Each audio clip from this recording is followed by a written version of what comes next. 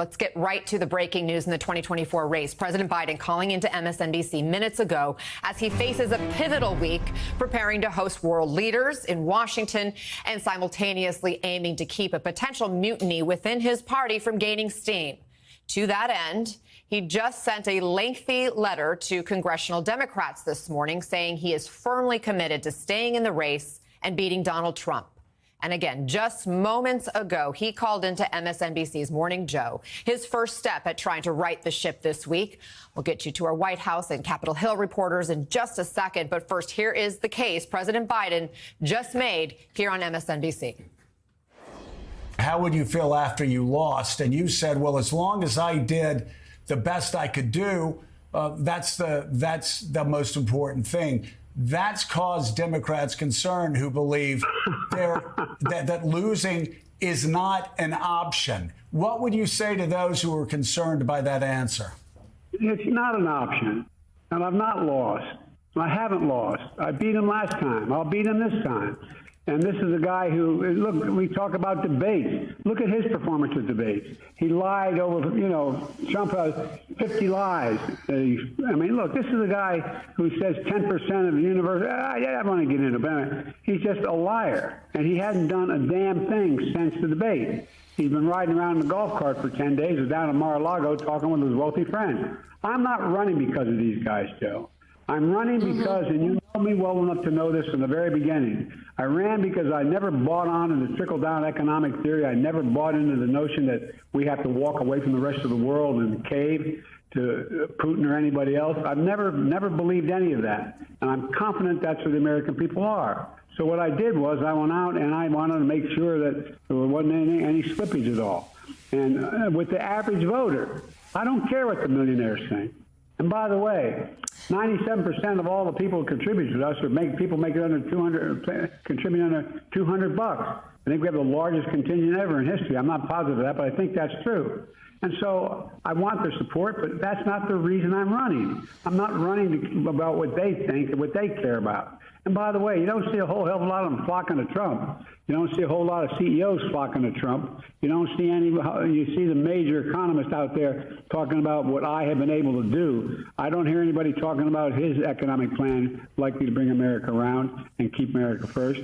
And by the way, here's Trump talking about all that he's done and Trump and his debate night. He's a pathological liar. He lied about Roe. He refused to accept the outcome of the election.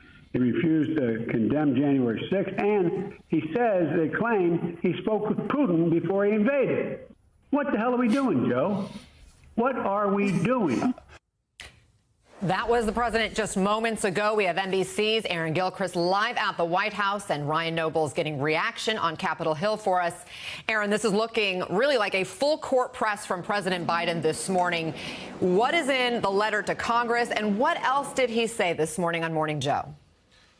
Listen, I think if you watch that roughly 18-minute interview, you got what I think somebody referred yesterday when the president was in Philadelphia. They said to him, a volunteer said to him, that they wanted to see Dark Brandon again, a reference to a fighter, Joe Biden, a fiery Joe Biden. And I think that's what you got today. The president said Dark Brandon is coming back yesterday in Philadelphia. And this interview that was roughly 18 minutes long, I think you heard that fiery, defiant, testy even Joe Biden saying that he's finished with this conversation about the debate and some of the things that came after that. He said it drives me nuts that people are talking about this. He is ready to move on, and that is largely what we saw from President Biden over the course of the weekend, making stops in Wisconsin, making several stops in Pennsylvania. I was in Harrisburg with him when he met with a crowd of supporters there, largely.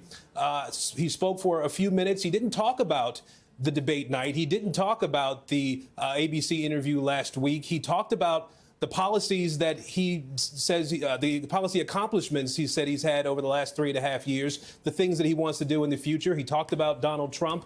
And then he spent about 48 minutes working the crowd, shaking hands, kissing babies, the whole 9 yards that you would expect to see from a politician who is campaigning. And then today, of course, we heard from him this vigorous pushback on the calls for him to drop out of the race. I do want to share with you part of the letter that he sent to congressional Democrats, we believe today. It's up on your screen here, where he said, "I feel a deep obligation to the faith and the trust the voters of the Democratic Party have placed in me to run this year. It was their decision to make, not the press, not the pundits, not the big donors, not any selected group of individuals, no matter how well-intentioned. The voters, and the voters alone, decide the nominee of the Democratic Party. How can we stand for democracy in our nation if we ignore our own party?" A reference really to the primary elections that happened across this country, and the president making the point that he won the primaries. There were other people for whom votes were cast during the primaries. But if you look at just those numbers, Joe Biden is the nominee, and he intends to he says, continue to November and win. Anna? So what else can you tell us about then his strategy and his personal role in the campaign's effort to bounce back? The strategy is to push forward. Clearly, we saw the president make these campaign stops over the course of the last week. We've gotten an idea of what his schedule is going to look like going forward. He will engage with leaders from more than 30 nations during the NATO conference here in D.C. this week. And then he's right back on the campaign trail on Friday, heading to Michigan before he heads out west to speak at the NAACP conference happening in Vegas, as well as the UNIDOS conference that's happening there. And so the campaign has said they're going to continue to do what they have been doing, speak to voters, ignore what they might describe as the noise coming from inside the Beltway and politicos, and try to move forward by convincing voters that President Biden is the person to be in the White House for the next 4 years and is the person who can beat Donald Trump. So, Ryan, will all this outreach from President Biden, the new interviews that he's doing, the letter to Congress, will it shut down a potential revolt, or should we expect the number of Democratic lawmakers calling for him to step aside in the campaign, currently at 9, should we expect that to go up?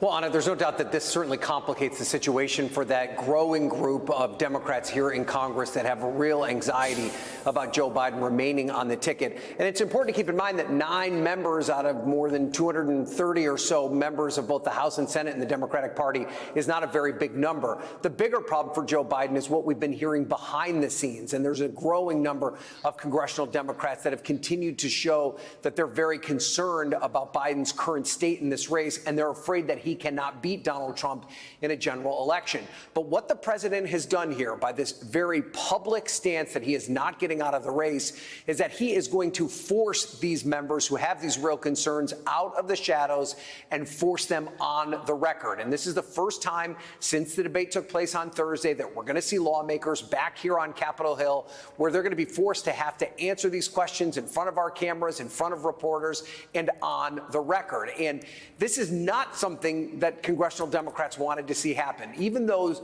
that are worried about Joe Biden's role in this presidential race, they were hoping that the pressure campaign could be done behind the scenes, that there could be a family conversation where they could bring Joe Biden to this decision on his own, and that he would recognize that he didn't have a path forward and step away and allow someone like Kamala Harris or someone else to step in instead. That's clearly not what's happening right now. So in order for this pressure campaign to work, there's going to have to be some sort of public standoff between the Democrats that are worried and the president, and that may not be a fight that some of these congressional leaders want to have. So the next 24 to 48 hours, Anna, is going to be very important in seeing how the Democratic Party intends to move forward in this race for president. Hey there, MSNBC fans. I'm Luke Russert, and be sure to join me, Rachel Maddow, Jen Psaki, Lawrence O'Donnell, Steve Kornacki, Joy Reid, and many more September 7th in Brooklyn, MSNBC Live Democracy 2024. Click on the link for ticket information.